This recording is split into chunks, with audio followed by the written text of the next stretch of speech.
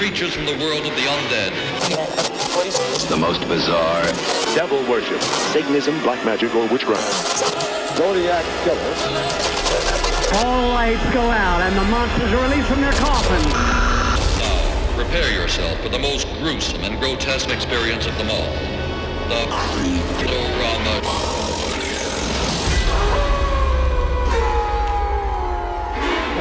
I gotta go. Once again, my fucked up brain kicks in of, okay, you said photo album. Was the photo album of the procedure or just them hanging out?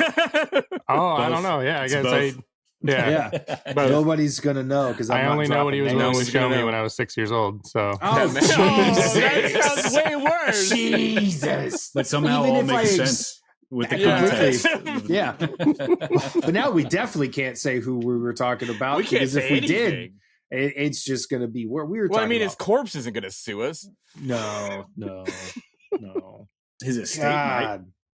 Yeah, His estate might. And that would be bad. Bad. It would be thrilling. Yeah. Who's bad? Oh. Come on, man. Jackson, if you nasty.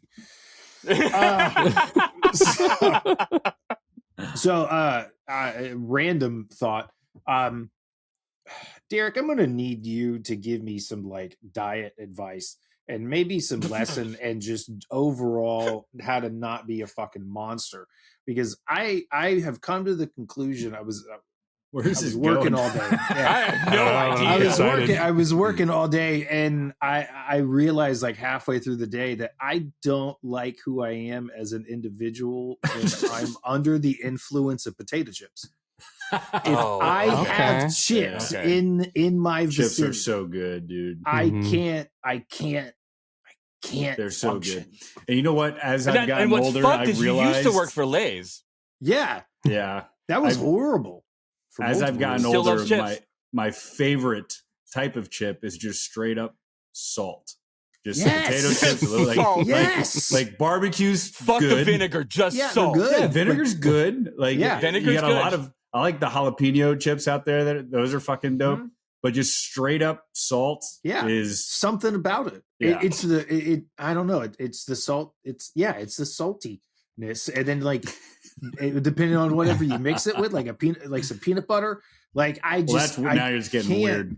Peanut butter. Welcome to Creep-O-Rama Snapchat. Yeah. Are you like dipping them? Yeah. No. You take a bite of peanut, or if you got a peanut butter sandwich, which I can't fucking eat because I can't eat bread. But like, god damn, that's like, why you just put some peanut butter between a couple chips. Yeah. I've done that. I've tried to, knowing you, I know you've done that. I do also have like a snack problem where if it is just like basic chips, I'll go to town and I'll end up putting down a whole bag without realizing it. And that's one of the things I liked about the jalapeno chips or like the hot mustard chips or flaming hot ones is at a certain point, I'm like, I can't eat any more of these. Like it's ripping up my mouth. Hurts. But then now I'm acclimating and it's only a matter of time before I can put a whole bag of those down too. And then it's, oh shit, all is lost. So I turn into a fucking monster. Just an absolute fucking monster. I don't snack anymore. That's what I love about this, like what's going on right now with the demonization of seed oils and the idea of like, let's just have chips with like olive oil or avocado oil. It's like, well, no, let's just not eat an entire bag of chips. Like that's the problem. Yeah, there you go. Yeah, but sell smaller bags of chips. Yeah, but Derek, you say don't eat a full bag of chips. It's very hard. It's not possible. Hard. Like it's advice. It's not a law. No, as soon as serious discipline. Yeah, and as soon as I open the bag of chips, it's an understanding between me and myself that this is all happening in one sitting. All right, I got an idea. I think we take some funding from the company and we hire you a dominatrix to just whip you whenever you go for the chips. I'm gonna I'll kill him. Or you're gonna have to get past the whip whip just first. Eat more chips. Oh yeah, I'm nothing. Like even now, I know. I sure do want some chips. Yeah, not like even now, I know they're in there, and it's very, I can hear. Yeah, them. it's very hard for me to have a conversation right now because in the back of my head, I know they're in the cabinet. And it's okay, Justin. I can hear them too. Well, so you asked me for advice. I just like how do you not be a piece of shit? You know, I'm the same way. I just try not to buy them. So buying them is the problem because I'm the same way with cereal. And if dude, I'm a fucking cereal monster, bro. Like I don't eat cereal, but then if my wife like on a whim is like, oh, I'll like the Cheerios are on sale. Like the Cheerios are gone in 2 days, and she's like, I haven't even fucking had any. Well, you're like, at least they were on sale. I only ate $3 worth of Cheerios in 24 hours and not 5. Yeah. I got a family size thing of Honey Nut Cheerios a couple days ago, and it's gone. It's gone. And that's, again, that's the problem. It's too much food. Yeah, it's not the seed oils. No, seed oils don't it's eating a whole box. Corn syrup is bad. As I finish my third 2-liter of Pepsi for the day. This would be better if it was real. Kimmy and I do serving sizes, and that kind of helps. But when you're doing that with cereal, it is just the saddest shit ever. When you like, see, because I get locked into the suggested serving sizes. Where, you're like, 26 grams of Cheerios. Yeah. Oh, so 2 spoonfuls then. Cool. I like weigh cereal. One at a time, and the scale doesn't register. It's still zero. It's still zero. Yeah, exactly. Fuck it.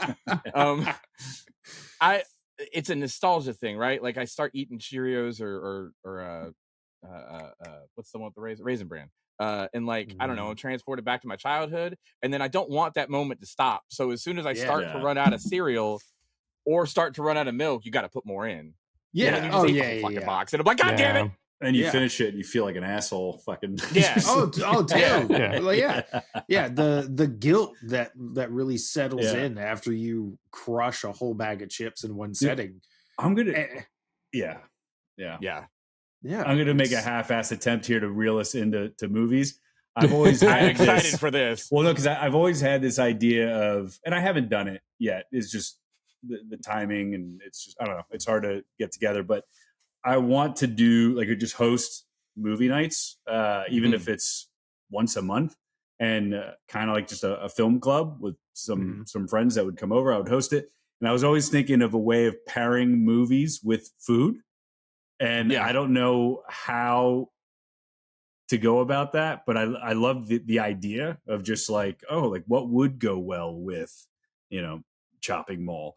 And just trying to figure out, like, dude, that's an entire show idea right there. Yeah. The first one that comes to my mind is pizza with House of the Devil. I can't eat that. I can't watch that movie without. Well, your angle is interesting because it's what's in the movie. Yeah, that makes sense. Yeah, I don't know why my brain didn't go to that first. That would make perfect sense. I think I don't think you always have that option. There's also like, because I did that with a bunch of candy that they sent me. I was like, sour Skittles kind of remind me of The Faculty. Like that's where I'm kind of vibing there. And then I was like, and then these Airheads bites or whatever just give me that like childhood nostalgia. They feel like the Monster Squad or something. I try to do a pairing like that. Yeah. But Chopping Mall, I don't know. Would you do Dippin' Dots? Is that? Dippin' Dots. Wow. Shit. Wow. Okay. Yeah. Yeah. Can do that. Yeah. And then like a whoopee cushion food from Spencer's or something. No. The real one is one of those exploding balloon cakes where you cut into it and the whole fucking thing explodes. Yeah. There you go.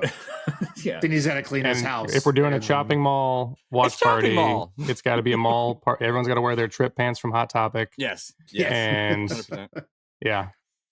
Just go full food court. Right. Full food court. That honestly, you just get some Chinese food, Express. You get some pretzels.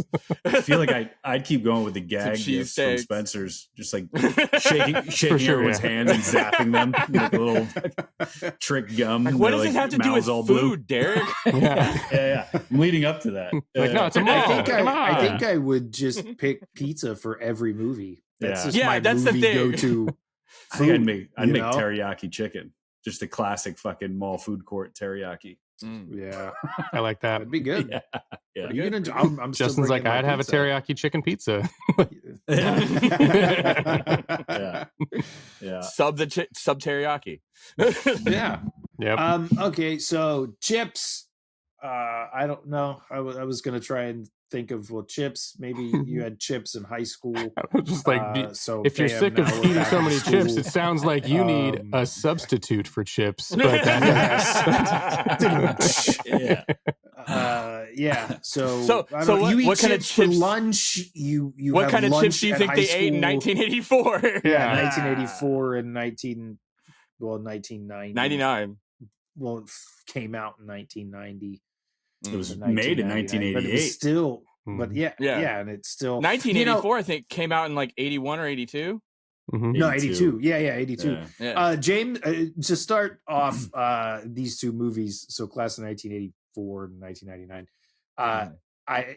To start it off, I think what you said in our text thread, James, is the best way to sum up both of these movies. Whenever I texted you guys and I said Class of 1984 is the most 80s film ever, and James's response was yes, until you get to Class of 1999 and you'd be right about both.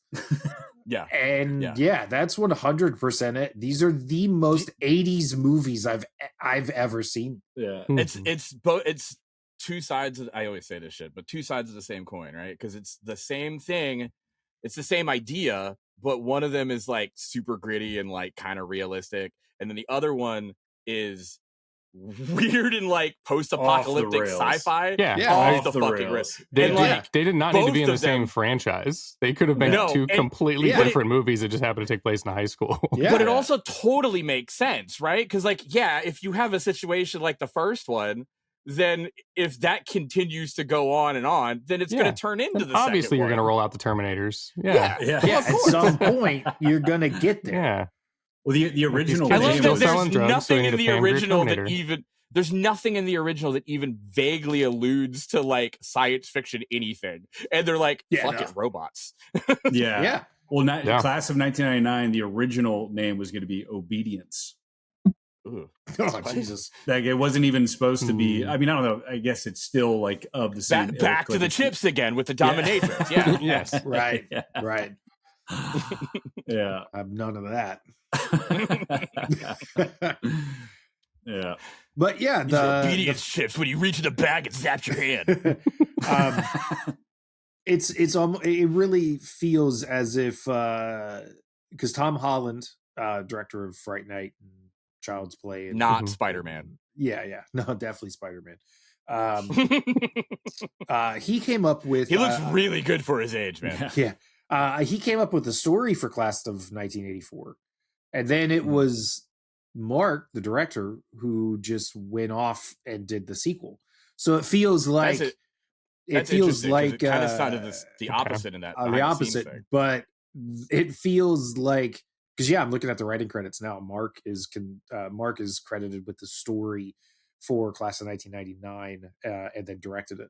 So it feels like that was just him being let off the fucking rails and just doing whatever he wanted.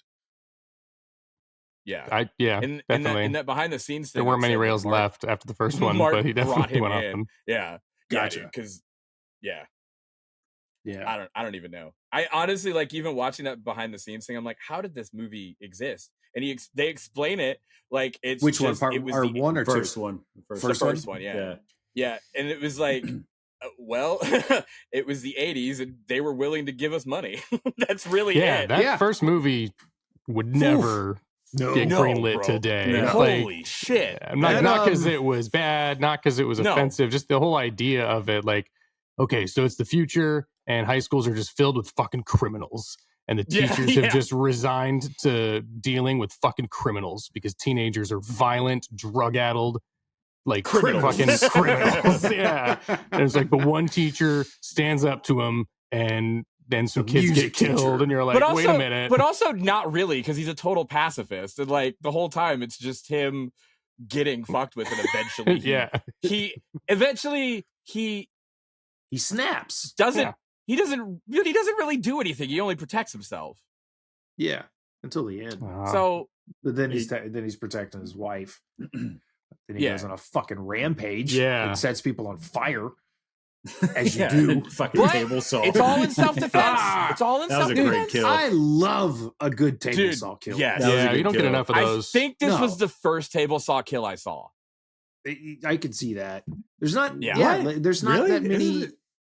I mean, I don't Because know. I saw this movie a long ass time ago. I'm trying to think of. I mean, all I'm thinking of is like Looney Tunes. I feel like there's so many fucking table saw deaths in right. Looney Tunes. I mean, like in a movie. No, I know what you Yeah, mean. yeah. That's just where my brain went. Yeah, there's not Are that- there table saw deaths? How many deaths are we seeing in Looney Tunes? I mean, how many times Man. do you see like someone tied on a rope, like getting pulled closer to a table saw? That's like, I feel like such an old trope. Oh, for sure. the sawmill. I'm Yeah, just saying, but they don't yeah. actually Yeah. get it. Yeah. Yeah, sometimes Usually it's it's like- it's time. implied. It's Sometimes they implied. go. Whoop, whoop, whoop, whoop, whoop. Yeah, yeah. Yeah. Yeah, there's not One that side many, walks to the left, one side walks to the right. yeah, there's really not that many table saw kills, which I feel is No. really just dumb as fuck because like that should be like Club Dread. let's see. Isn't that one? Isn't that another one? Is there? No, Is there one? Is there- no. Uh-uh. No, There's one in table saw. Freaky that's pretty fucking good. Oh yeah. yeah, and then Yes. there's one Yeah. in Tucker and Dale, isn't it? Don't they kill him at the tables or on the table saw at the end? Sounds like there should be.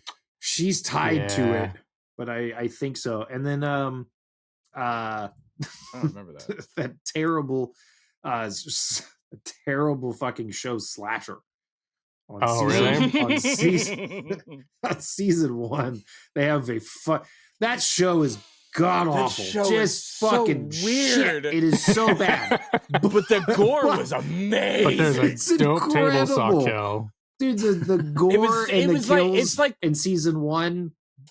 it's like unbelievably watching good. like a CW Lifetime movie, and then suddenly somebody gets torn in half, and you're like, "What is what is this show?" It's fucking nuts. Well, joke's on you. I Uh, love CW shit, so I maybe think I'll. you fucking it's love more it, bro. like no, You it's really more like like it.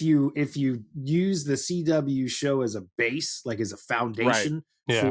for the show, and then you put a filter of daytime soap opera Yeah. stuff over Yeah, it. yeah, yeah. That's Alright. that's what you get. But like James just said, out of nowhere you get a table saw kill, and it is glorious, absolutely fucking glorious.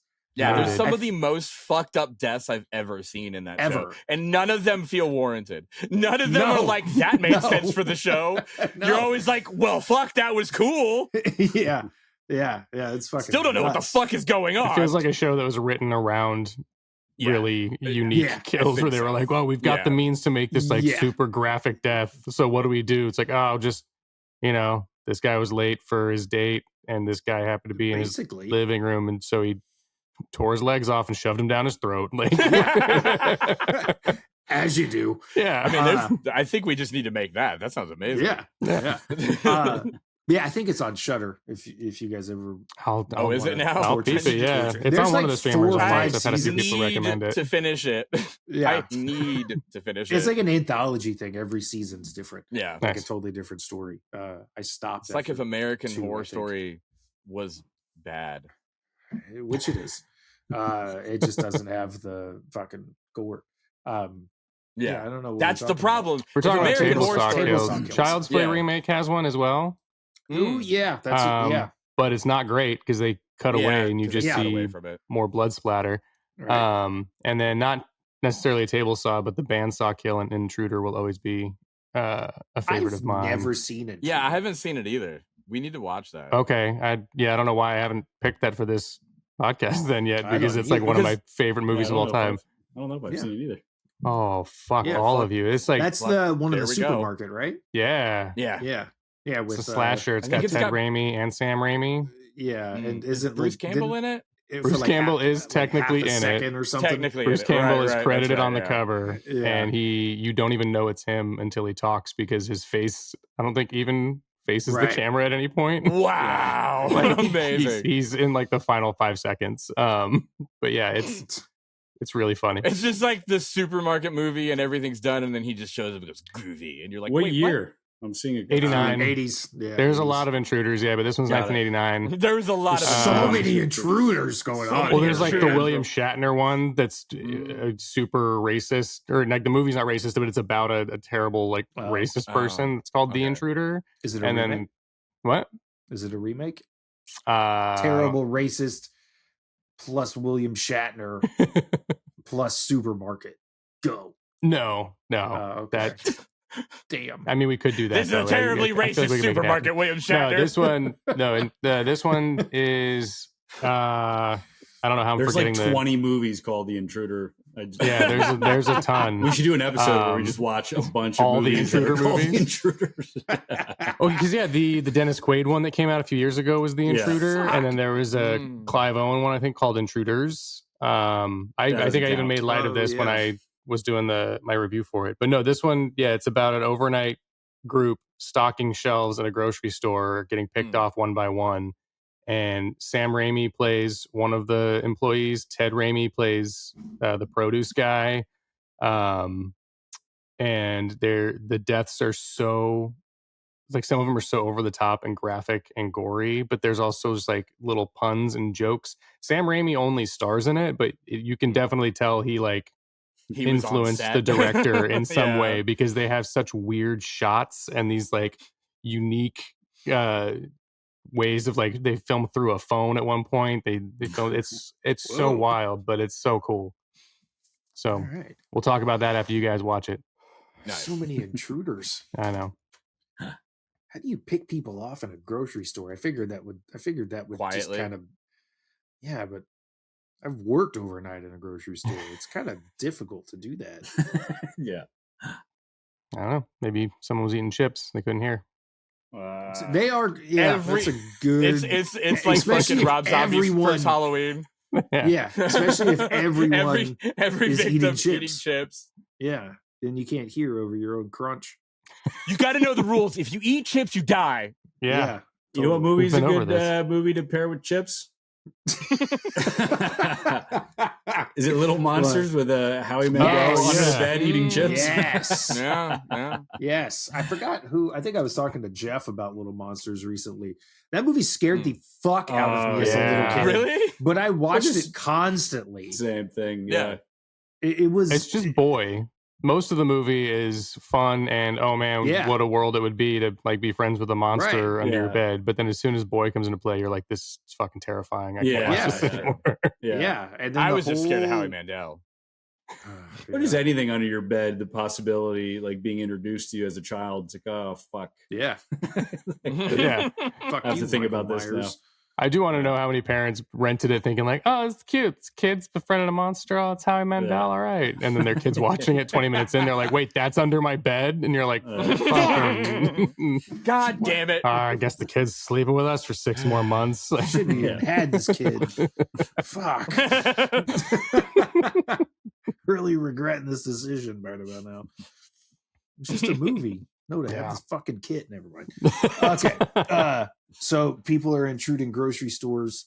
I mean, we're supposed to be talking about class of 1984. Yeah. So, that class of 1984. That great table saw kill.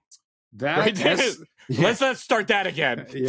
But that escalates to a pretty dark fucking final section. It starts pretty like funny and like kind of goofy, and then there's a lot of swastikas. Those guys are clearly the way bad too guys. many.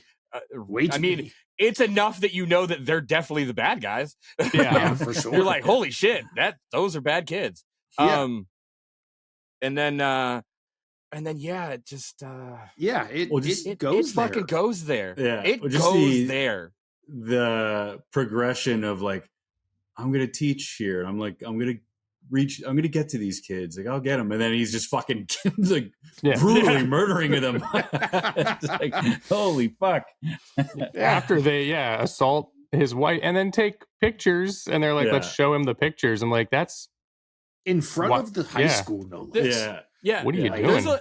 There's a lot of moments in that movie where I'm like, this is not what would actually happen. Like, if like. none of those teachers or principals ever would have been like, yeah, no, that kid is the one who's in the right. No, Never. Never. Well, also, like the whole, if we want to take it there, just like this would never happen. It's like, yeah, like these kids are so bad, like they wouldn't be going to school. No. They'd just be doing the part where he's at the nightclub. They run a fucking crime ring out of a nightclub, and he's literally the teenage Godfather. And but it's they're like going to class. they're literally running a prostitution ring. He did really want to play piano. Played beautifully. He plays beautifully. One of my notes is, what about a teach? Do I get the job? No, you're an asshole. No. My note is, say please. Damn, that dude really can play that piano. He must have a lot of pain behind those eyes. Because he does. You know, I'm he most plays impressed that they actually beautifully. show him playing it too. Yeah. Because it's so many. I totally understand it. Most actors probably can't play piano. I get that. But it's so annoying when you see an actor sit down to play piano and then you never fucking see them play piano. Well, it makes sense for this or guy they their hands and it's clearly a completely different person's hands. Yeah. But this kid, like, that means he took piano lessons as a kid. His dad probably beat him. Classic. Maybe the piano teacher beat him. You know, and what? Maybe the piano teacher beat him. Maybe the piano teacher beat him. Somewhere, somehow. That's why he became a Nazi. He went on the wrong path, but he always had the piano. But he could never play piano around his buddies because then they would all think he was fucking lame.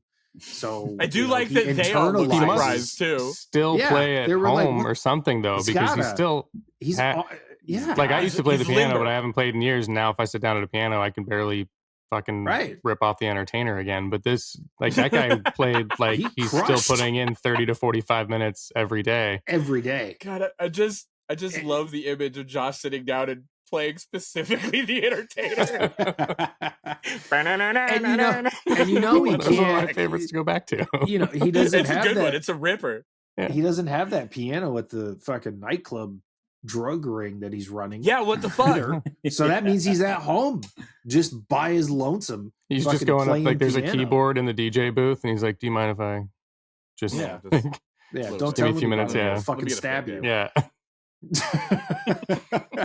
But yeah, going back to your point, Derek, like, yeah, these kids in both of these movies, but none of these kids would be at school in any way. Yeah. Well, in Class of 1999, it's straight up fucking Mad Max. Like, why are we going to school? Yeah. Why are you going to English class? Like, what do you? The main bad guy, Free Fire region or something, right? In the beginning of Class of 1999, the main bad guy of the opposing gang, who turns out to be really cool, he's in one of the worst car accidents I have ever seen on camera. So good. And then he is in chemistry class 10 minutes later.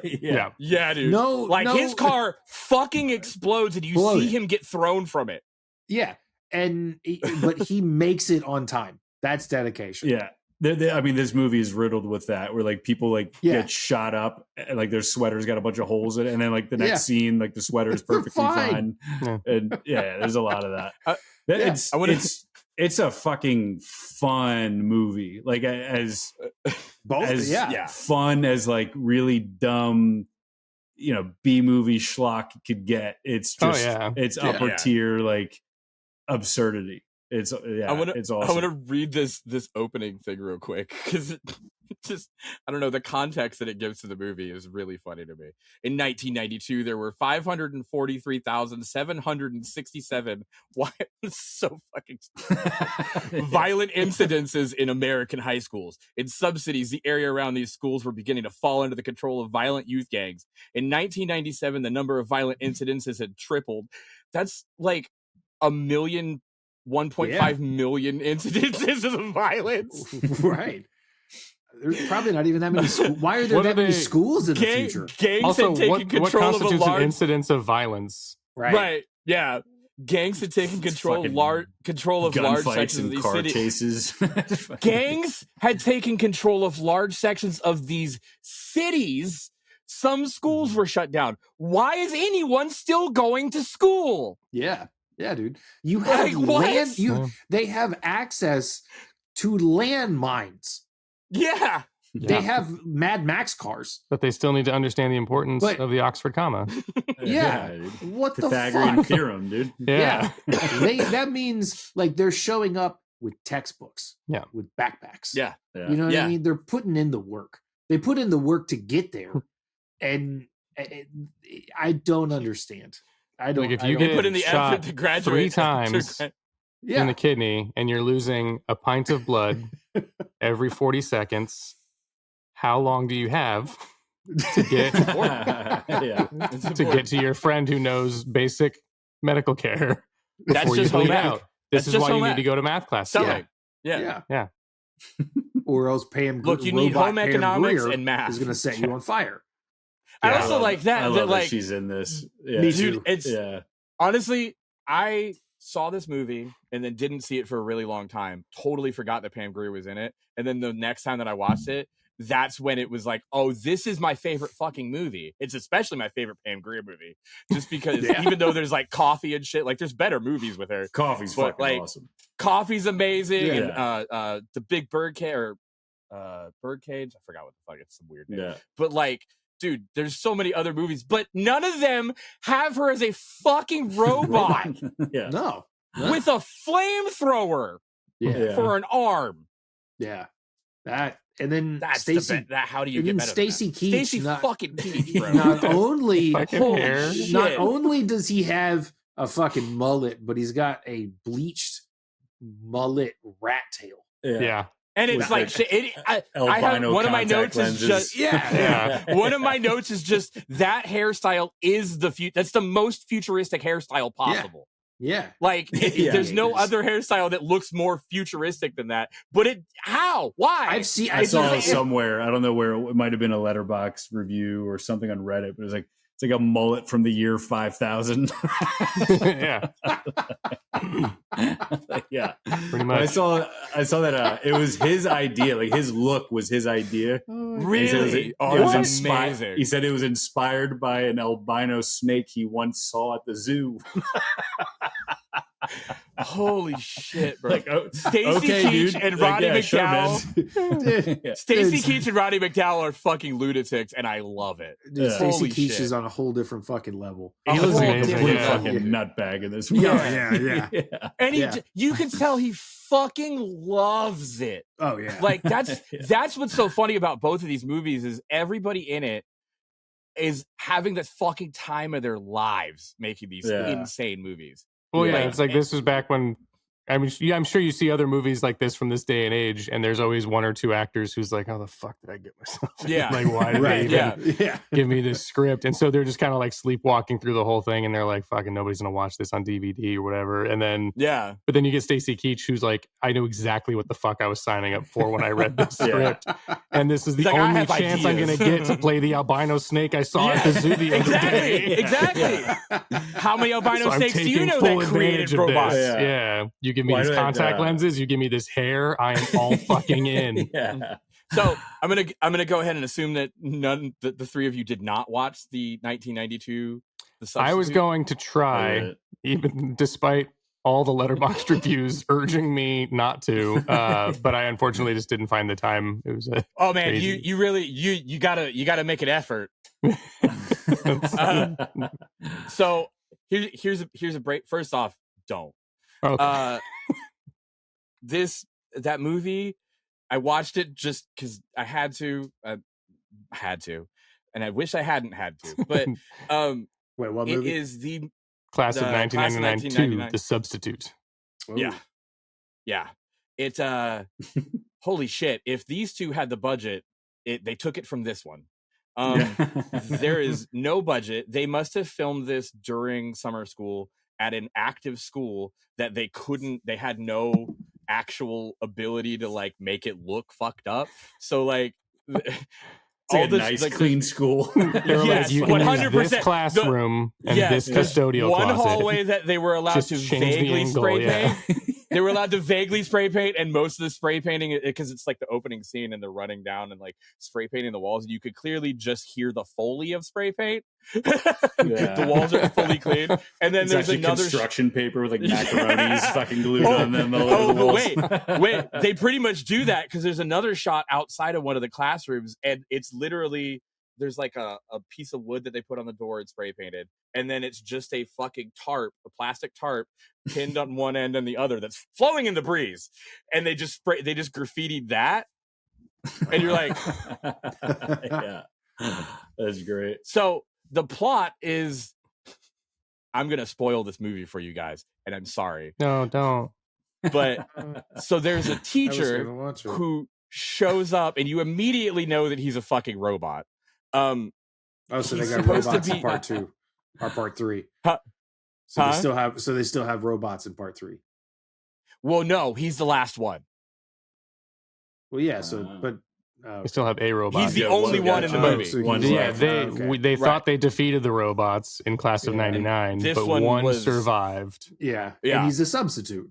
Yeah. So he just shows up. He in the very beginning of the movie, he kills the actual substitute, I guess. There's a bunch of people that he kills, and immediately immediately wheels the TV in. Class today. So I'm here for these kids. These kids are my life. How do I reach these kids? So there's a movie. Most of it's talking. There's not a whole lot going on in this movie. I'm just gonna skip to the end where he does the same move where all these kids, for whatever fucking reason, they're all bad kids, of course. All these bad kids are gonna go have a paintball war games, which I guess was a thing back then, but also seems like a pretty that feels like big, a bad idea. Well, also that seems like a very like, hey guys, what did we do in the last one? Well, we had actual war with two opposing gangs with assault rifles and grenades and shit. This time though, we got to up it paintball wars. Let's have a fun paintball fight. It's so was this forced. Before or after Child's Play 3, though? Oh, I don't know. That's a good question. Yeah, where they also have paintball war. Yeah, and also there's a Friday the 13th. I forget which one. Oh yeah. I think that's part 6. Part 6, Part 6. I mean, like, I don't know. It feels like it's older than those. But that might just be because the movie sucks. Just new letterbox lists: paintball wars, table saw kills. Yeah. So we get to this war. He's going around and killing these fucking kids and shit. Sort of, but there's like there's a rogue FBI agent chasing him and shit. Anyway, so all this fucking bullshit is happening. And you're like, what? Finally, the end of the movie, he's not a fucking robot. He's Forrest's fucking kid who went insane and is wearing a special body armor. What, Forrest who? Who's that? Forrest. Stacy Keach. Okay. Bad with names. Okay. Yeah. He's Stacy Keach's kid, apparently. Nice. And this movie came out in 1994. Yeah. And he's pretending to be a robot? Yes. That's awesome. That's the best movie ever. That sounds right. It sounds great. I wish that's a great twist. Robots. I wish it had actually been a good movie to pull it off. Dude, I would pair that with a cheeseburger, but it would actually be a turkey burger. Okay. All right. I'm on board. I see where you're going, dude. Man. But how many chips? Dude, one microchip. At least half a plate. Really this tiny fucking chip. Guy. Oh man. Yeah, it's got Nick Cassavetes in it, which is who's that? That's a cool last name. Director. Is he the star? He's not the star, is he? He plays Emmett? No. I mean, he might be the star. I don't know how they're credited on IMDb. Emmett is anyone in this movie a star? I'm Mr. Cassavetes. I'm going to be your substitute teacher for the day. I think. But no, Emmett he directed Alpha Dog, The Notebook, John Q. He directed The Notebook? What? Yeah. He directed The Notebook? Yeah, but before that, he was an actor. Weird. He played Dietrich in Face Off, and he was also in Class of 1999 2, The Substitute, as Emmett Grazer. I think that's the lady teacher's. He's a army surplus store owner, and her fiance or some shit, and it's the most forced. This is why we're doing a paintball thing, because he's the one that runs it. It's funny. I just love the description is the substitute teacher of the future is a robot who answers spitwads with bullets. That's awesome. But he's not a robot. That's what sucks. So Class of 1984, and especially this one, because it's called The Substitute, made me realize we have to, I know we already talked about this in the chat, but we got to do the Substitute series, because the Substitute series is if Class of 1984, the dude wasn't a fucking pacifist, he's actually a mercenary. Right. Yeah. And like, it's Tom Berenger. He just starts fucking killing. Yeah, first off, it's Tom Berenger. So it's fun because he's ridiculous. But like, he really takes it pretty seriously, and it kind of works. Tom Berenger has a gruff to him that you don't see very often anymore. Love that word. Yeah. You know what I mean? Yeah. It's just gruff. But he's just he's just like normal enough that he works as a substitute teacher barely. Yeah, he's a truck. Like, you're like, all right, I can see how you can get away with this. Driver gruff. Yeah. And somehow also traverses the plains on a fucking horse. You know what I mean? And then he just shows up on set and he's like, I'm Tom Berenger. I just had a steak for breakfast. Yeah. Fuck you. Yeah. Steak and a cigar. Oh, Tom Berenger. Yeah. This movie's also turn got your textbooks to page 72. Sorry, Josh. Go ahead. No, you're good. And then throw him out the fucking window. Fuck you. And then he leaves. I pulled up The Substitute. It's got Ernie Hudson, Mark Anthony, Raymond Cruz, who played Tuco Salamanca in Breaking Bad. Yeah. William Forsythe, Luis Guzman. Like, oh shit! I forgot. It's stacked. Yeah, and that's the first one, right? Cast. Yeah, it's the first one. The second one is actually, I think, better because it's more like it's still Tom Berenger, but I think, no. but okay, well that's fine because in this one it's like. In the first one, his wife gets fucking hurt or some shit, and then like he's out for revenge. In the second one, it's just established that this dude just goes to schools and starts fucking people up. So he just goes to this fucking like I think it's in Miami, and he has to like fight an entire cholo gang throughout the fucking the whole school. It's pretty epic. Yeah, the first one's in Miami. The sequel, they all Substitute to School's Out, is a TV movie, and it's got Treat Williams. Really? In it. Yeah. It was a TV movie? That's crazy. School's Out. I just remember there being a fucking in the beginning. yeah. And The Substitute 4, Failure is Not an Option, came out in 2001, also starring Treat Williams. So he was in 2, 3, and 4. Nice. Speaking of Alice Cooper, dude, so good. No. What? No. He wrote the theme song. Yeah, that's the theme song. Was that the first one or second? Yeah, the first one. God damn. That was dude, it fucking rips. It's as good as Man in the Mask. I am the future. No, dude. Fucking great. I'm gonna have to take a look at me. I am the future. Do you like what you see? I'm not gonna lie. Take a look at my face. Like at the beginning when I was watching this, when I hit play and like the first couple minutes, I was like, ooh, this might be pretty rough, just because of how bad that opening song really was. I hated it. Wow, I was like, man, what the fuck is going on? Like I kept trying to picture Alice, and then I saw Alice Cooper's name on the screen, and I was like, what the fuck? What? And I was like, I can I could just imagine the producer or the engineer in the sound in the studio like watching him like record that, thinking like, you're Alice Cooper and this is what I gotta fucking listen to. What the fuck? but then movie kicked in and I was like, oh, this is dope. We're 45 minutes in. We haven't even mentioned Michael J. Fox. Dude, I keep thinking it's so about weird it. to me because like I keep thinking about him, bro. Well, yeah, I Am the Future came out 4 years before Man Behind the Mask, so he got better. Yeah. Oh, yeah, of course. Yeah. It was, it's funny because Mike Fox in this one. Mike Fox. Yeah. But yeah, like it's so weird to me. I always forget that he's in it, even though he's absolutely out acting everybody in the movie. Yeah, like he's just and he's very in it. Like I assumed when I was looking on IMDb and his name was like 11th on the list, I'm like, oh, he probably is just like a background student who doesn't even have a speaking part. But no, he's a pretty main character. No, he was funny too in that behind the scenes video that I'd sent James that you watched, where Lester's talking about how the whole time he thought Tim Van Patten, the main bad guy, the guy, like, this kid's gonna be a star. He's like, I was fucking wrong. He's like, Michael J. Fox. It was Michael fucking Fox. Fucking crazy. That Van Patten dude, he's like a major director at HBO. Fucking really? Boardwalk, Sopranos, like directed a bunch of big. The main shows. bad guy? Oh fuck! In 1984. I didn't know that. That's awesome. Fuck That's for him. Crazy.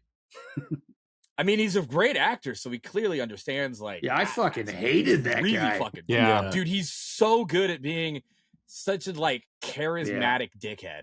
Yeah. Like you hate him, but you're also like, I don't hate watching you, brother. I know, like Lester was talking about how Clockwork Orange was his favorite movie, and he just like drew a lot lot of inspiration from that. That makes total sense. Total complete sense. Yeah. He it's interesting because he was Lester in that thing was saying like he pulled like he's very like open with this is from The Godfather, this is from Clockwork Orange, you know what I mean, like which is great because it's like, I mean, that's what the movie is, right? Like but also the 80s-ness of it to end the movie with just Andy Norris was not prosecuted because the police could not find anyone who actually saw it happen. Yeah. Roll credits. I know, but I fucking love that. I love that though. Because it shows that he was gonna go down for it. No. What I mean is just I know what you're saying, but I'm just saying, like, I love but I love that because that puts it in your head, and you have to fucking imagine the shit, and the wording of it is such that it's not like, oh, he didn't go to jail for it. He only didn't go to jail because no one could prove that who did it. And I think that's. But I mean, really look at fucking a few scenes fucked up. A little bit prior to that, where is it McDowell, the guy that fucking tried to kill a student in his class? But like, there's cops in that classroom after that happens, and like moments later, he's just driving down the street. Like you didn't fucking arrest the teacher that just tried to kill us with a gun. I didn't. But also, now that you mention it, I never put that together. Let me take him home. Let me just talk to him and take him home. I'm like, shots were fired, man. Also, it was the 80s. You could fire a firearm in school. But it's true that it was the 80s, and this like was passable then to where to audiences. With us, it's like, dude, like, fucking gun in the classroom. Also, gun in the classroom is crazy word. But also, like, I get it. Nobody saw him do it. But it's like the guy ran out of the auditorium in front of the entire school, and then the next thing you know, kids are on fire. They're falling from the sky. There's a fucking kid hanging from a noose in the main play. Like, Suspiria I can style. see them being like, okay, hold on, maybe this teacher snapped. Oh no, that's maybe this music teacher. No. His hands all busted up and the kid's face all busted up as he's hanging. Like, what the fuck? I took a smoke break, guys. I just had to go outside. It's the 80s. I jetted out. I had to get that nicotine. Yeah. James, do you remember the behind the scenes when he talks about that ending? I'm trying to remember who it was that he showed the movie to. So it was because he'd been showing it was a distributor. But he'd been showing it to other people, and Lester was like, couldn't figure out why people were reacting weird to the end. And here's the thing. I don't remember him punching him. Yeah. In the version that I watched, I don't think he punches him. Because I think that I saw a version, the one that I mean, it was the one on Tubi. Does he punch him? Yeah. Is it just so quick that I didn't notice it? Because I in my head, it was always that he reaches up to get him and then cuts his arm and drops. Oh no!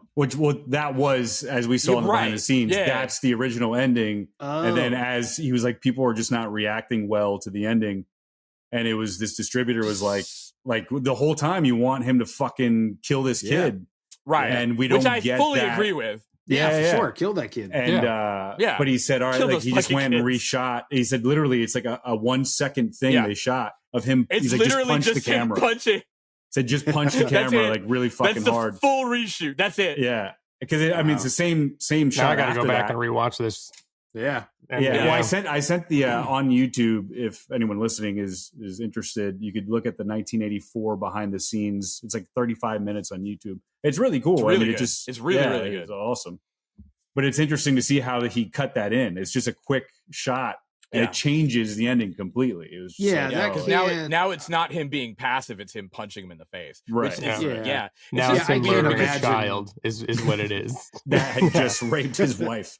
yeah. True. Yeah, I'm gonna kill that high school kid. It feels karmic. It feels karmic. Yeah. Well, and he was a senior, so he probably turned 18 mid-school year. So I mean, and let's be honest, all of these kids were at least in their early 30s.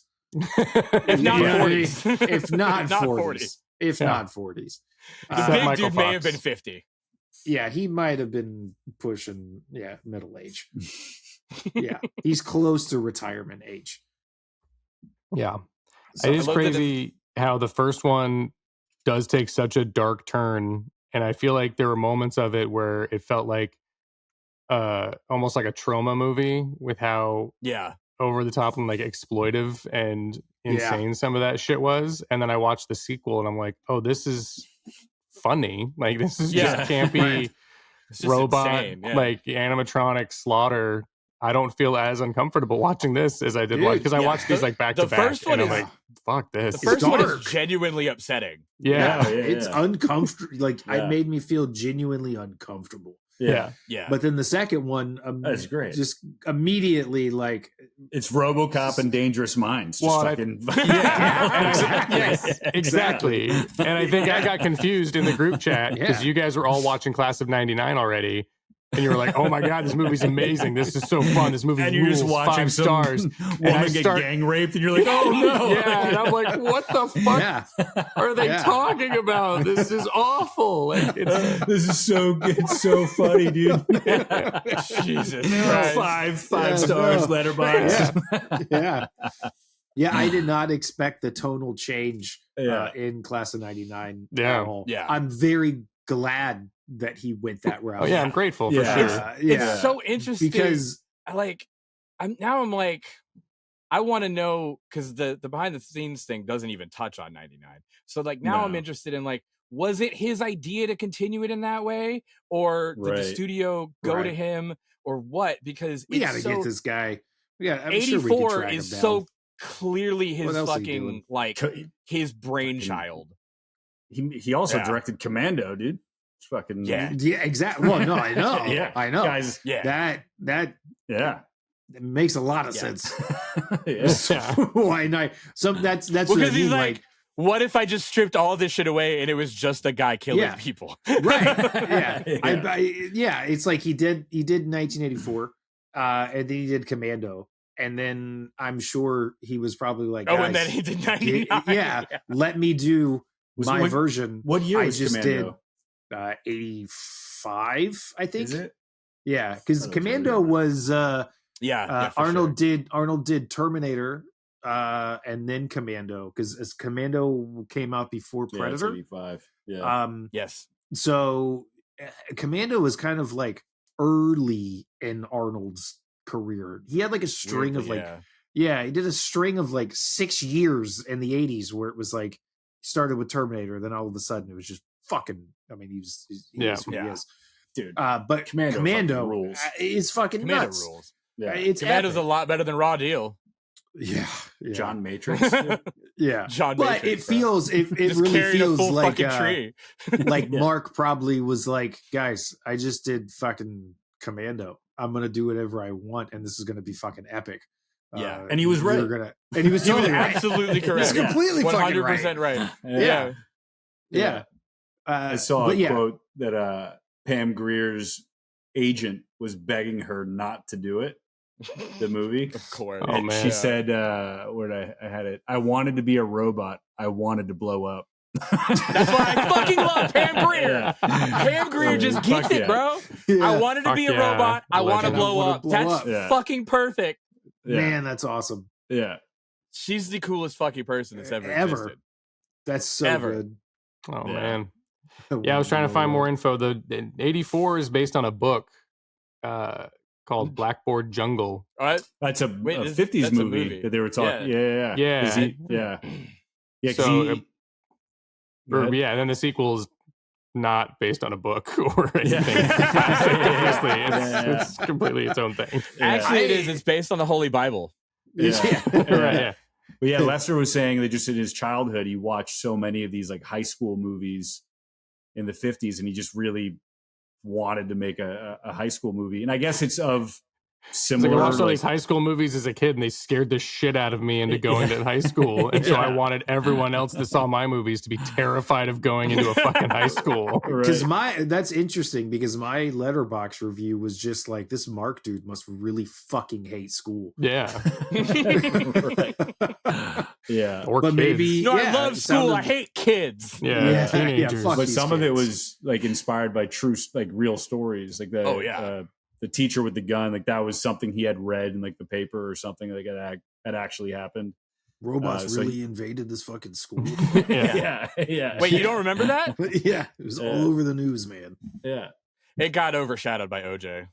Yeah. He saw some dude with that kind of mullet, and he was like, "Stacy, you gotta fucking." Yeah. Stacy was like, "Make it white so I can be that albino snake I saw at the zoo, and you have yourself a deal." Yeah. You know what, Stacy? I think we can do that. I think we can. I think for Stacy Keach, we can do that. We can make that happen.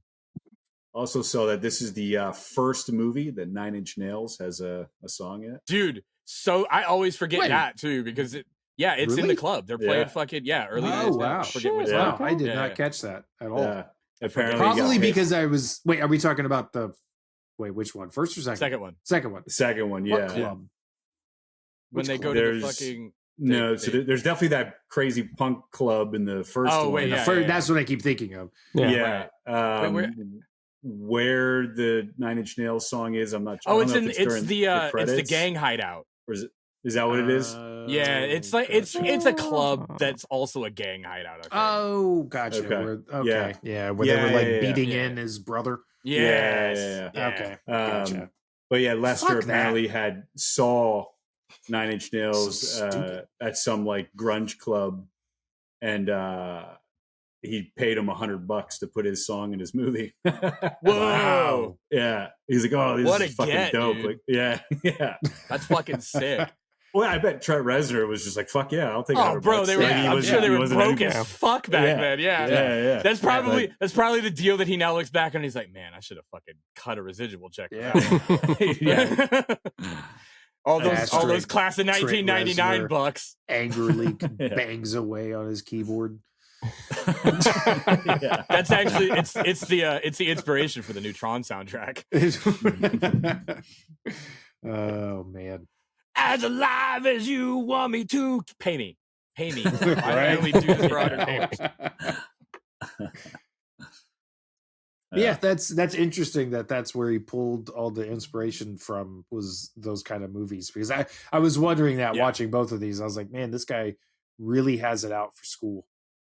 Yeah. I mean, so do I. I fucking hated every fucking minute of going to school. I hated it. Well, so for different reasons. The sequel originally being called Obedience tells me that was not intended to be a sequel. Yeah, he probably just had this other idea. Yeah. And they were like, "Oh, is this like it takes place in the high school? So is it like a follow up to your other high school movie?" And it's like, "No, it's completely fucking different. This one's about robots." What? Yeah, and it takes place in the future and like military shit like that. And like, okay, well, so can it just be a sequel to your previous movie? Like, I guess it honestly high school to high school kind of makes more sense. Yeah, like it's honestly weird to not have it be a sequel. Right. I don't know if you know this, but IP is really important in the industry. So if we can say it's a sequel, the 90s. Still the 90s. That's right. Oh man, we were still making new things back then, right? Even though this is a sequel we're talking about.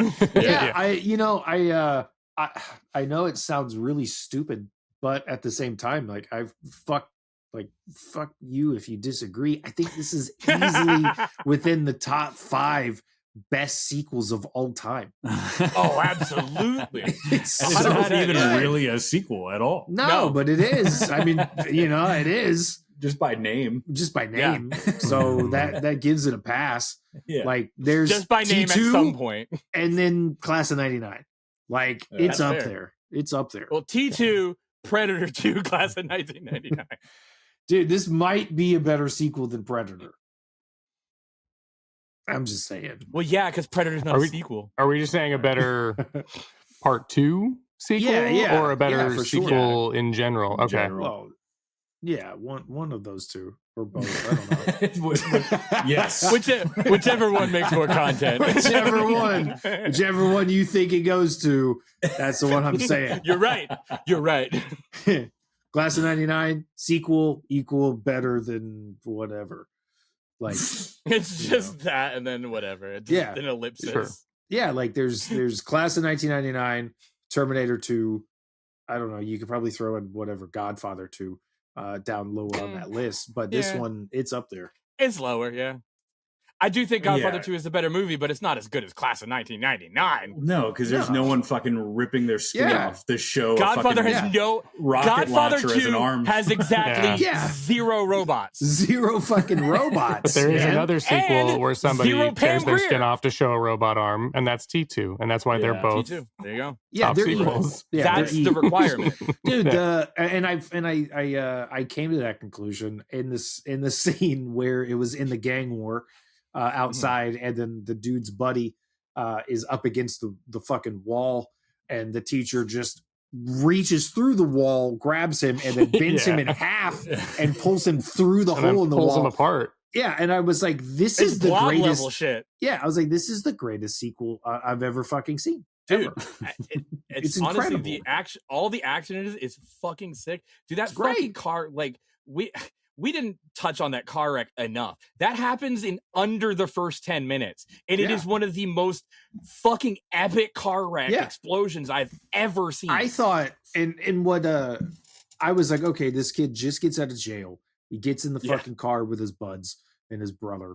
And then, now he's going to go start some shit. Important to note, the brother is the fucking kid from Fright Night. Near Dark. Not Fright Night. Yeah. Near Dark, yeah. Near Dark. Yeah, I thought he looked familiar. Dude, so still cool. looked the exact same, just bigger. Yeah, just a giant 10-year-old. But yeah, so they get in the car and he's riding around, and then he goes to, I thought, okay, cool. He's just going to go fuck with this rival gang, because he hasn't been out, or he's been inside for so long. And then it dawned on me like, oh, this whole thing that's happening, this giant car chase is just the drive to school. Yeah. I fucking what the fuck? love that. Like, what a fucking great and insane opening for a movie where they're like, I'm gonna make a pit stop real quick. He just got out of prison. The first thing he's gonna do is go to fucking school. Go to school. And in order to get there, he has to drive through a literal war zone and get into a massive car chase. Yeah. Again, awesome. I cannot stress this enough. With claymores. Yeah. With claymores. Like, I feel like that just really sets the tone, though. Like, if you can get through those first 20 minutes and you're like, okay, this is the universe we're in, this is what's happening in this movie, then everything else is perfect. I love how they break into the teacher's fucking house or apartment. They got all those WD-40s. I was like, that's great product placement. Yeah, that's really good. I love. It's just so many cans of WD-40. And the conversation was like, what do robots have in their fucking house? And then somebody somewhere on that set was like, probably a whole bunch of WD-40 because if they don't have it, they're just some guy holding a boom squeaky. WD-40, man. And Mark was like, God damn it, you're a genius. Yes. And it'll look great. Or the props guy who accidentally ordered 1,000 cans of WD-40 was just like, oh, I just figured, for like a character trait. You're like robots, right? I thought it just made sense to the script. Yeah. Oh man, I don't think at any point it shows that they have, until they get fucked up or like have to activate their weapons and shit. They're fully encased in flesh, right? So the WD-40 would go where, in their armpits? Yeah, I don't know. They just squirt it in their nose, the ears. Yeah, it's like Banaka. In the eyes. It's like eye drops. Massive Banaka. But it still squirts out the side. Right. Another thing I noted was just like the friend groups of just like these fucking like asshole punk kids and these like super like pretty valley girls that are just like all together. Yeah. It's like, what is going on here? How are they all? Yeah, like if that is his trip to school, what are their trips to school like? Right. You know, I think I would just homeschool. They're my busted. kid. That's the spinoff we need. Yeah. Yeah. It's Clueless, but in the world of Class of 1999. I'd watch that. That's a fucking ripper. I'd watch the fuck out of that. This Mark. Oh my god! Did you hear? Becky totally got shanked last night. Cool. Well, I mean, dude's still alive. We need to get a hold of him and tell him to make another one. Lester. Yeah. That Like, guy rules. He does. Dear Mark Lester. Like, I mean, bro, the last Like thing check you his want. DMs. He's plus like, he did- somebody else is messaging me, Plus his early telling me movies to are make another fucking fucking like class up movie. Some other fucking dumb podcast. I keep trying to make completely original movies about people dying in school, and they just want me to turn them into sequels. Mark Lester, is he on Instagram? Probably not. No. Probably not. He hasn't made a movie. Guy made He hasn't Commando, dude. Dude, Yeah, he's Arnold's on Instagram. The Yeah, last but movie he that's- made was 2014, and it was called Dragons of Camelot. Okay. I think Alright. it's crazy that he did Truck Stop Women and Bobby Joe and the Outlaw and Wait, what? Roller Boogie. He did Yeah, Truck Roller Stop Boogie, Women, Bobby Joe Firestarter. and the Outlaw. Oh, I thought And, that was man. That Roller should have Boogie. been one. That whole phrase right Oh, there. yeah. That should have been the name of Yeah. the movie. Truck God. Stop Women. Wait, what yeah, is it? Truck those- Stop Women and what? Truck Oh, Stop Bobby Women. Joe and the Outlaw. Bobby Joe and the Outlaw, and then the other one Yeah. is Roller Boogie, which is a fucking like those are just three like really classic like exploitation movies. They're Gotcha. just fucking like sick. Yeah. It was, Truck somebody get Truck this Stop guy's Women contact info. is one of those weirdly like sort of sexy movies, but it's also like about women truck drivers. And you're like, what is what? It's probably where what Tom the 70s Berenger got produced. all of his fucking inspiration from. He's a producer on, and I got some inspiration. He's a producer on a bunch of shit. Tom Berenger, I'm gonna be a truck stop woman. Producer. Honk, bitch. on a lot of bad movies.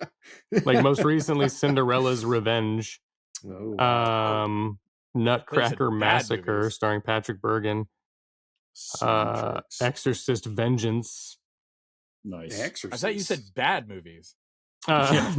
Toxin, Dude. starring Danny Glover, Dragons of Camelot, Poseidon Rex, which is Dude. about a dinosaur Is it an on a underwater ship, dinosaur? I guess. Sand Sharks, which I'm sure you've seen the cover for, about the sharks Yeah. in the sand. In the sand. Um, Oh, that's what it's about. Okay. Bro, Some- Juby. I'll watch that. Derek, Yeah. you stand corrected, bud. Found his fucking Instagram. oh shit! Let's How give him many a shout out. followers? What's his Instagram? It's just Mark dot Lesser. It's just At Mark. Yeah, just that Mark would have been perfect. Yeah.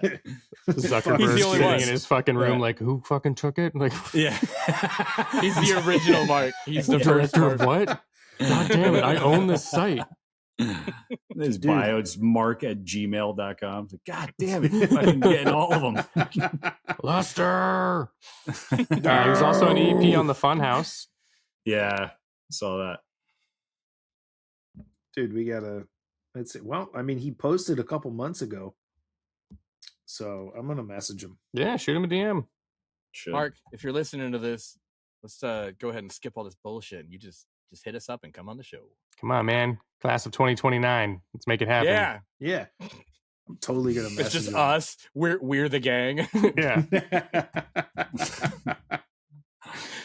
He'd probably do it all from the respond back perspective and of be a like, "Get the podcast. fuck out of here, man." Is that fascinating? Are we going to do the War of the Worlds remake? It got a 0 on Rotten Tomatoes. Yeah, dude, that's insane. I didn't even know it was coming out. It's Ice Cube. Nobody Nobody did. did, right? but yeah, the trailer Yeah. dropped like 48 hours before the movie dropped on Prime. Like they That's Is always it- a tried good to bury sign. it. And they Like, I made the thought, movie like 48 hours before that. I just keep seeing people talking about it, but I haven't stopped to read or watch anything. I've just seen the one picture it- of Ice Cube and I was like, that looks bad. And yeah, that's just a like fucking I'm picture. pretty sure the whole movie he doesn't leave his computer.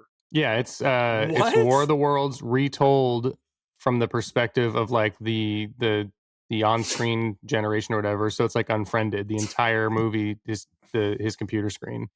So it's like looking at security footage. So and it's chats like the and, shitty version of that Tom, what's his last name? Tom Hardy movie Lock, I haven't seen that one where yet. he's just in the car Oh, for the yeah. whole movie. Yeah, Oh yeah, I haven't seen that And one that's yet. cool. But it's like concept. Unfriended, or was it Searching with fucking Harold from Harold and Kumar? Why am I forgetting John Cho? Yeah. Yeah. Which was great. And then Yeah, that there's was good. there's Was his another Searching? Harold movie. and Kumar is fucking Similar. great too. by the Harold way. Kumar is also great. But yeah, the John Cho one Yeah. that was all like security footage and chat footage and everything was fantastic. And then there was a sequel to it that was also really fucking good. And so I think they tried to jump on that like Gotcha. niche with This War of the Worlds, sounds- but somebody this sounds like a Jake Gyllenhaal movie that came out on Netflix like a year or two ago, where he plays a cop that's kind of like not suspended, but he's kind of like on timeout. So they push him to do or they Classic. put him to Hey, do you shot that guy. Go on 911. timeout. Basically, while he's being investigated or something like that. So they put him on 911 duty, and one of the calls that he gets ends up being really, really, really fucked up. So, but the whole movie is told from him on the headset of a 911. See, call. but you know it's a total work of fiction because they were investigating a cop. yeah. Oh yeah, of course. Like, we gotta suspend you while we look into this. But Yeah, we'll see yeah. you Monday. But Jake Gyllenhaal, he's good. Also, I don't Yeah. think they put cops on 911. Is that No, a thing? no. No, because there's No. 911 like Dispatch. responders. Yeah, there's dispatch. Of course. It feels like Yeah. it feels It's like a a movie. completely But different guys, different we set of just You know got what done happened? You watching a did this, now movie you gotta about hit the robots. Yeah. Okay, Wait, hold on. So when a Robots. cop answers 911, do they just shoot the phone? Sorry. Probably, but again, that's just how they're wired. But again, we just watched a movie Yeah. about robots, so Yeah. it's you got to suspend some level of disbelief. It's true. It's Sure. true. But yeah, Jake this- Gyllenhaal does a really good cop though. Like that role, Yeah, he was he really solid. does. Prisoners, he was great in Prisoners. I He's still wasn't haven't Wasn't he seen in that that? one. Oh fuck, Josh! I'm that Yeah, end of sorry. You get fucking my Pri- god! You keep guys picking other haven't- movies. You You haven't guys seen haven't seen Prisoners? Oh my god, pick Prisoners for the fucking podcast, and then I'll Gross. watch it. bros! Have you guys Prisoners Nightcrawler? Have you guys seen Nightcrawler? Oh, Nightcrawler is Yeah. a fucking masterpiece. Yeah. Okay. Yeah, Yeah, Nightcrawler. I think That's we a- might have that's to do a Prisoner double- Nightcrawler. that's a double a feature fucked up that's double gonna- feature, bro. Yeah, that's a double feature that'll make you. You're gonna have to lay down for a while after those. It's not fun. The Guilty gonna be it. on Netflix. Okay. Yeah, we'll have to do those two after next week's episode of Derek's one. Oh, Your yeah. MIA. Yeah. We'll have to watch those. Whew. Yeah, But yes, that's heavy. the War of the Worlds remake is just him Yes. and his computer the entire time. And one of the So- reviews I read was like they literally only had that idea, but did not know how to expand on it or like how to write So- to it or anything. So is Yeah. it just like because the original the whole thing that happened with the War of the Worlds radio broadcast where Yeah. like people Which is thought it was great. real, which Yeah, is it's great. awesome. I fucking love that. It's Yeah, one of that's the coolest. awesome. Yeah. Yeah. Like, dude, you did something. Is like that, that's yeah. is that in incredible. Jersey? I think it was. I think. I think it was not- national, wasn't it? No, I think it was. No, it wasn't. Yeah, I don't think so. I don't know. Hmm. Yeah, what But yeah, a hilarious, epic like moment in time. So is that like kind of where like is that the, That's like, got to be what they're that thinking. like again? I guess none of us have seen it, so Yeah. It says Will Radford is a top analyst for Homeland Security who tracks potential threats through a mass surveillance program until one day an attack by an unknown entity leads him to question whether the government is hiding something from him and from the rest of the world. And so, it's just 90 minutes of aliens him are supposed to attack, looking at his computer, going through surveillance footage. Also, I do love that photo of him is like literally the only thing we get. That's the poster. Yeah. That's the like the images you're seeing online. That's the key art that they give to all the websites. I saw somebody talking about it, and they were like, "This has to be an AI concept that like some CEO or whatever plugged in what movie would be perfect to make right now." And it was like, well, you have this, and this would do well because of this, so you should do this, and you should get Ice Cube to be in it. Yeah, and that's no the budget. only fucking explanation for What's it. an IP that we can make in a cheap way? And they're like, well, these movies were made in the COVID era by just having one person at a computer the whole time. And here's what's fucked up is I could see that being a cool movie. Like, 100%. If you put effort into it and made it a movie. Yeah, and like this guy is watching all of this unfold, and you're just seeing it all through his perspective while watching it in different cameras and shit all over the internet or all over the world, trying to help, trying to do something. And then at the very end, the screen just fucking cuts because all the fucking power goes out into the world because aliens just destroyed the fucking world. That's awesome. But did you ever see the 50s movie? If you long time ago. It's been a minute. Seen that one. That's wild. That's a wild movie. And then I remember seeing Tom Cruise one in theaters, and that was I didn't see that one. I saw the beginning of it and turned it off.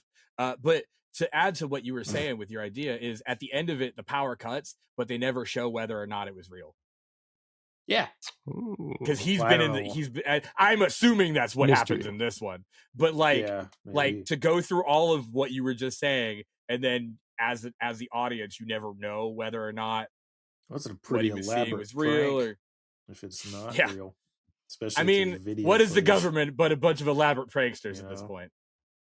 Yeah, that's a good point. Really, really elaborate prank. It's kind of like that one Netflix movie that came out during COVID. It was, I think we've talked about it. No, the one where the Obamas produced it or something like that. The end of the world, right?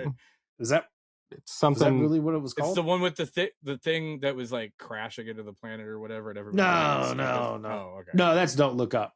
That was Deep Don't Look Up. That was really good. Deep Impact. This one got it. Nailed it. Got it. Obama's produced Deep Impact. Leave the world behind. Leave the world behind. Yeah, that was. That was.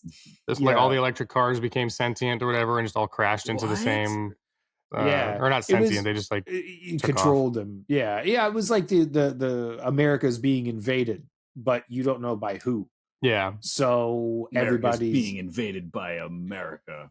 Yeah. Well, they left. Yeah. Basically, yeah. That's exactly. It was actually a cool concept, but the movie ended up being like 2.5, 3 hours fucking long. Yeah, it was chill just, out with that. Yeah, no point. This isn't Lord of the Rings. Enough with that these days, dude. Stop it. Also, enough with announcing movies. I'm down for it if it's a good movie. But no, I think I was frustrated. It was 2 hours and 22 minutes. Yeah, and then they still like the ending just kind of fell off, and like they tried to give it this ambiguous ending, and I'm like, you don't do that to me after 2.5 hours. I'm sorry. After 2.5 hours. No, you got to get to. If you got 2.5 hours, you can explain what the fuck is happening. Yeah, I mean they do, but they don't explain what happens after that. After the characters find out what actually is happening. Yeah. James, you're never going to watch it. So, nor should you. You haven't watched it, Derek, have you? No. Nor should you. Nah, nor should you. Neither of you should. There's a big movie. Everybody on TikTok was, when this movie came out, was like, it's the elites trying to tell us something because Obama fucking produced it. And basically what it is it's two very wealthy families that go to their house kind of like a secluded area outside of New York, and then basically like an EMP goes off or something to that effect, where they're all isolated. Everybody's going to stay home. They get these pamphlets that are dropped. What is this called? Leave the world behind. Leave the world behind. There's these pamphlets that drop, and they're all written in, I can't remember what fucking language, but from another language. So it looks as if like Russia invaded and they've taken over the fucking country. So everybody in the neighborhood is like, fuck, what the fuck do we do? So then they try and leave. They get out to the interstate and there's a massive car crash, a car pile up because all the Teslas have been fucking hacked. Yep. And they just are just streaming down the fucking road, just crashing into anything. They're just I love the idea that would require them to be hacked. So then, this was before we knew that Teslas just do that, right? So then, fast forward all the way to the end. Oh yeah, spoiler alert for everybody who's listening. Oh no! To this. Then fast forward to the fucking end, and you find out that that area had pamphlets dropped from like to make it look like another country was invading. Other areas of the country had other language pamphlets dropped. Okay. So it was like one area dropped Russian, one area dropped Chinese, the other Japan, like all these different countries to make everyone freak out thinking in their own little sections that, oh shit, we've been invaded by this country or this country. And essentially what it ultimately came out to be was a shadow government is taking over the country by instilling fear within the American population to just turn on each other. So it's dismantling the government, dismantling society from within by manipulation and propaganda and blah, blah, blah, blah, blah. So trust me, watching it. No, I know, but like from that, it's like, okay, so maybe they were trying to tell us something, but like also, why the fuck did the Obamas produce this? I don't know. And and also like, why was it 2.5 hours? And trust me, that what I just told you is, I mean, that's the movie, but it took 2.5 hours to tell that because they're just, it was a waste of time. We already have because it was movie. Based on a book. We said that Obama had in his 2021 summer reading list, and it was one of the first movies that he and Michelle executive produced through their Higher Ground Productions banner. We already have 2 versions of Red Dawn. We don't need that. Yeah, exactly. Just that's watch that Red Dawn with more steps. Yeah, I'm fucking pissed. We've been talking about it for the last 5 minutes. I forgot why we even started talking about it. Sorry. Sorry. So class of 1984 and 1999. What do you guys think? Fantastic. 2 thumbs, dude. 2 robot thumbs way up. Yeah. Way up. And then they catch on fucking fire. Yeah. We got to come up with a grading scale. Like how many, like not stars. What do we get? Like creepy thumbs? Creep thumbs? Skulls. We give it? Skulls. Well, 5 open caskets. Yeah. Ooh. 5 robot like dicks 5 and a 5. 5 open casket robot dicks. Let's go simple. You can just do dicks. Simple. Yeah, there we go. Yeah, I give it 4.5 out of 5 dicks. 4.5 dicks. Yeah, that won't get this video flagged by YouTube at all. No. Yeah, it's appropriate. 4 dicks, that's just us. Yeah. I only thought it was worth like a dick. I don't want to no quarter more. dick anywhere near. No, yeah, just a head. No more. What are the Reds? That's all you can take. You know, I'm trying so hard. I'm trying to keep it going. No, you're trying. It's pretty hard to keep it going after you introduce robot dicks into the conversation. Yeah. You introduce fucking 4 open casket robot dicks, and it's going to be tough to keep things on track. Open casket robot dicks and a bag of chips. Well, there's the title. That sounds like a good night. Yeah, sounds like a good fantastic night. Go ahead, Derek. Yeah. Yep. Yeah. Class of 1984. Moving right along. Rotten Tomato scores. 1984, we got a 68% tomato meter, a 66% audience score. That needs to be interesting. Letterboxd, you got a 3.7. Really? Yeah. I expected higher. That's kind of low, isn't it? Here's what's funny is the 3.7 is, I think, pretty good for Letterboxd. Okay. But then here you got Rotten Tomatoes, 63% tomato meter, 50% audience score. So lower on both. Jesus. But then a 4 stars on Letterboxd. Yeah, because Letterboxd is they get it. full of taste. They fucking How many get it. people on Letterboxd rated this that's movie, an though? important question. I think quite a bit. Oh, really? I was shocked whenever I looked this up. 12,000. Yeah, Ooh. yeah, it's solid. 12,000 logged that, and then 24,000 logged 1984. Okay. Nice. Really? Yeah, and 12,000 people need to fucking step their shit up and go watch the sequel. For those who care, they're both on Prime. Yes, Yeah, that's why I And that's how I Tubi. watched them. I do And love Tubi. If you one want of the commercials. reviews was Yeah. supposed to take place in 1999, but no one's ever listening to Limp Bizkit. This is very inaccurate. That's fair. That's good. That's quite My fair. friend Eli said, I gotta stop watching movies. No corn If only t-shirts. we could fly! I didn't see Yeah. nearly as many ball chain necklaces as I None. anticipated Yeah. for the No class of Jinkos. 99. Yeah. Not one pair of puka shells. Jinkos. Yeah, None. goddamn it. Hookah shells? Nothing. He said, I got to stop watching movies that would absolutely rip with a crowd while the theaters are closed. So he watched this back in during COVID era. It said perfect midnight trash because of its committed low budget maximalism while ripping off better movies, including a showdown that is almost note for note a Terminator rip. Also made at the tail end of the 80s, a B-movie sweet spot where everything went out of style right before the director even yelled action. So moment to moment, it's intentionally or unintentionally hilarious in between well-crafted action scenes. So it's never boring. And I have to agree with that. I'm honestly, like, I think that's ironically the window and where the best movies existed was that like that tail end of the 80s where it was like all the aesthetics of the older movies, but with the technology and the know-how of and the action sequences of the movies that were just about to get big. Like all the Arnold stuff was just starting to get big. Where action movie, like 90s was action fucking palooza, right? Oh, and yeah. These movies, all of my favorite ones are from this era where it's just the smashing of both of those together. Yeah. I also feel like if this movie came out like 2 years prior, it would have done numbers. Oh, it would have been fucking massive. I think it was supposed to. Yeah. Because no one would have been like by the time it came out, we had Terminator, we'd had some of this other stuff, and it just wasn't. It didn't hit as hard as it could have. Yeah, James Cameron definitely saw this one though and was like, "Oh shit, I need to step up my game." And that's why he made Terminator 2 the way he did. Amen. Guarantee it. He probably won't admit it. Well, and then we got Universal Soldiers a couple years later. If that's the case, that is a massive, massive compliment to Mark Lester because you made a movie that inspired Terminator 2. James Cameron's never going to admit it. That's he might. He might. He'll never admit it. He might.